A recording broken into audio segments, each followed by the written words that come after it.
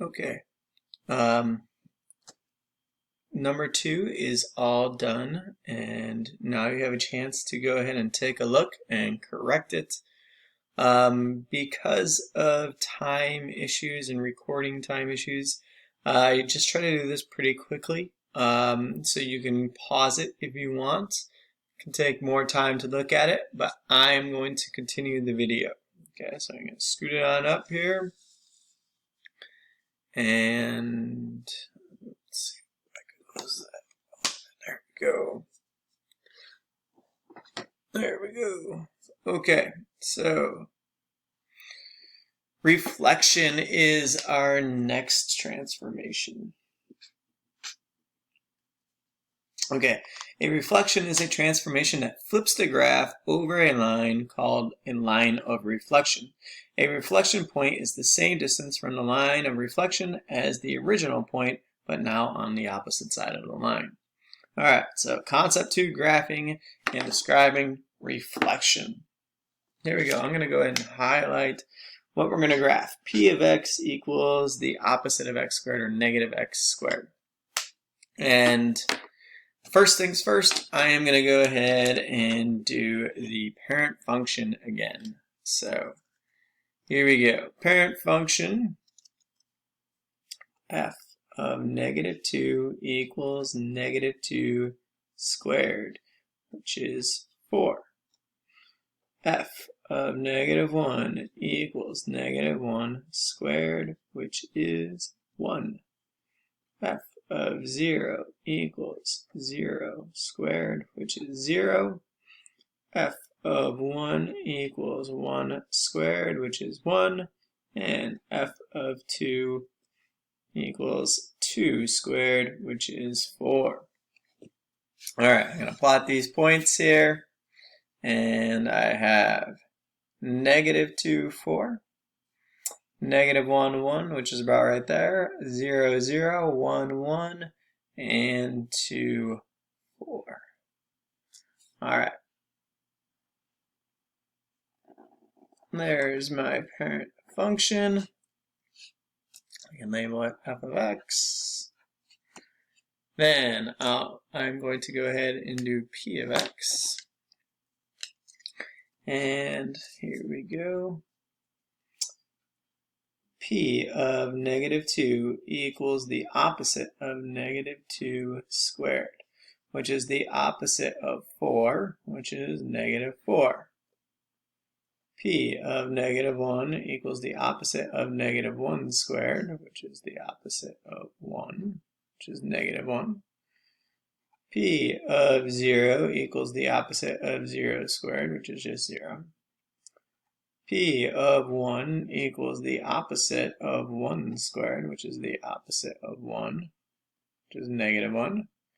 And P of 2 equals the opposite of 2 squared, which is the opposite of 4, which is negative 4.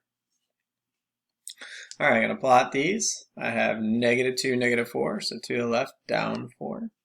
Negative 1, negative 1, 1 to the left, down 1.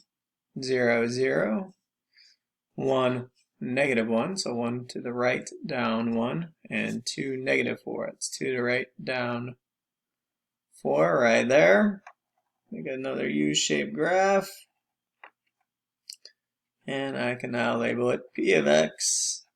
And now, look at you guys, you can see that the green one, the parent function, was reflected over the x-axis. And there's now our transformation, or P of x function. So, describe the transformation, what we just did, right? It is a reflection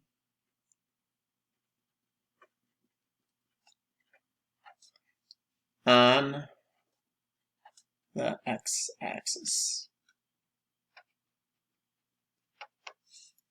Right? Kind of a mirror image right where that x-axis is. Alright, again, what I'm going to ask you to do is pause, flip your page over to number 4, give it a try, and when you're done, go ahead and unpause and check your answer.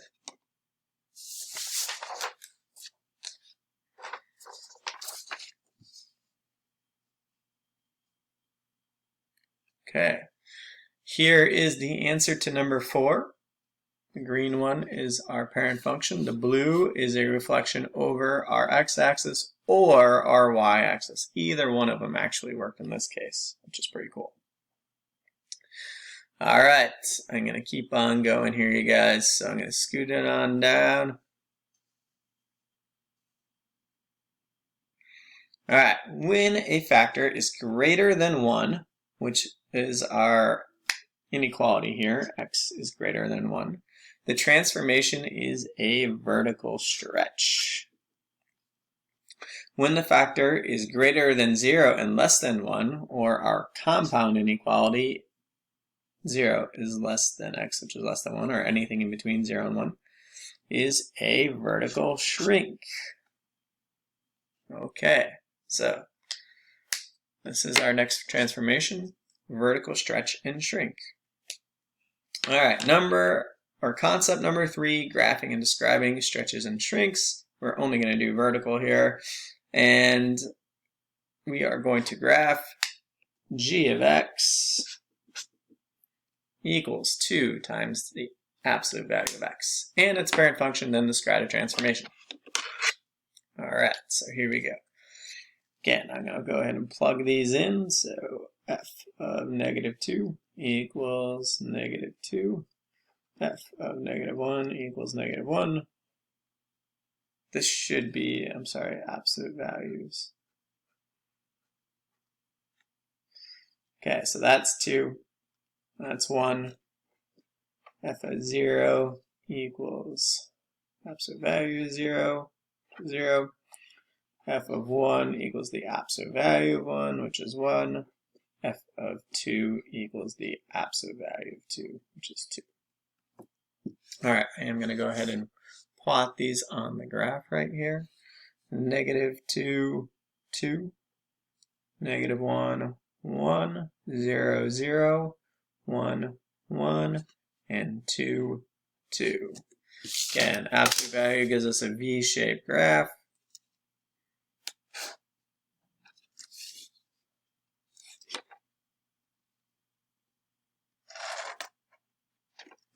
And there is our f of x function.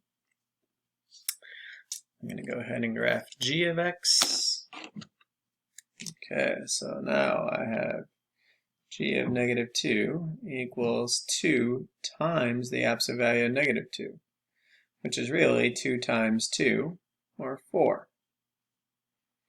G of -1 equals 2 times the absolute value of -1, which is really 2 times 1, which is 2. G of 0 equals 2 times the absolute value of 0, which is 2 times 0, which is 0. G of 1 equals 2 times the absolute value of 1, which is 2 times 1, which is 2. And G of 2 equals 2 times the absolute value of 2, which is 2 times 2, or 4. Okay, now I'm going to plot these. -2, +4. I have -1, 2. There. 0, 0. 1, 2. And 2, 4. And I go ahead and graph.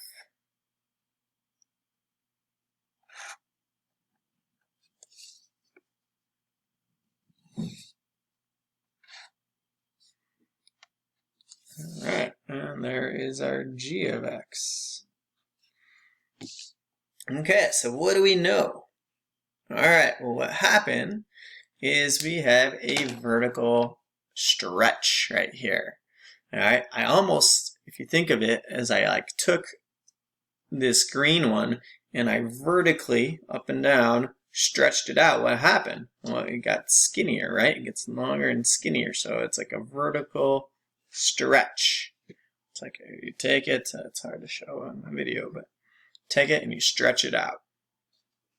Okay, so when I described a transformation, right, I have, it's a vertical stretch, by a factor of 2.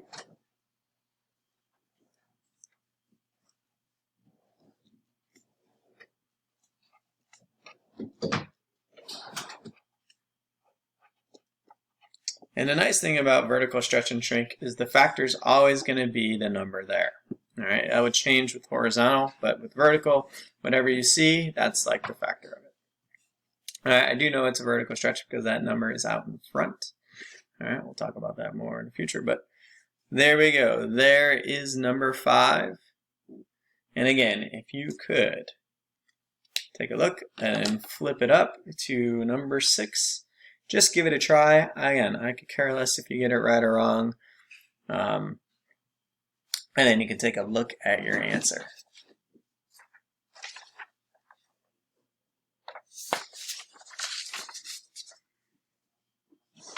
Okay, here's number 6. It is a quadratic, a U shape. And this time we have a vertical shrink. So it's like you're compressing it down. So you take that green one right there, right? And you compress it down. Smush it, right? And what happens is it gets wider, all right? It gets longer, wider, okay, because you're compressing it. All right, so and there you go. There's your vertical shrink by a factor of 1/2, same 1/2 right there. Sorry about that power 2. I did fix it in yours, but there you go. All right, we got one more problem. I'm going to try to get it through in the next couple minutes, or I have to make another video. All right, here we go. Concept number 4, modeling with mathematics. The table shows the height y of a dirt bike, x, after jumping off a ramp. The type of function can be used to model the data. Estimate the height at 1.75 seconds. What type of function is this? And then, how can you tell? What is the height of the dirt bike after 1.5 seconds? All right, so first of all, I have an x and y. I'm going to make a table. Y-axis.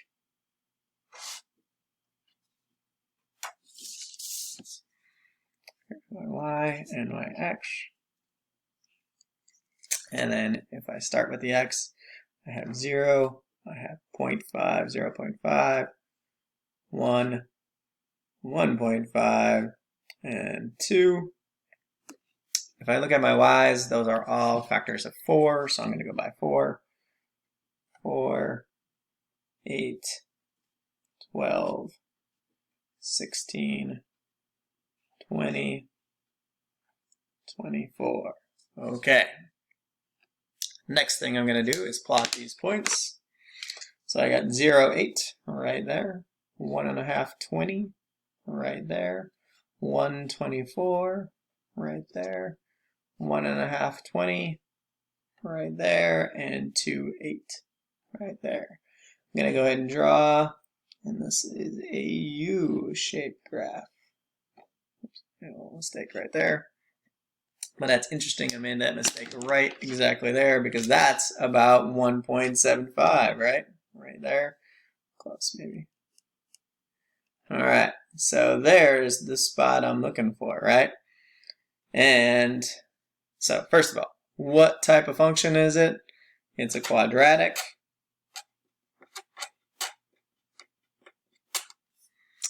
How can you tell? It's U-shaped. And what's the height of the bike? Well, I'd say it's about 14 or 16. What I know is it's between 8 and 20, right? So I'm going to say about, looks about 15. 15 feet to me.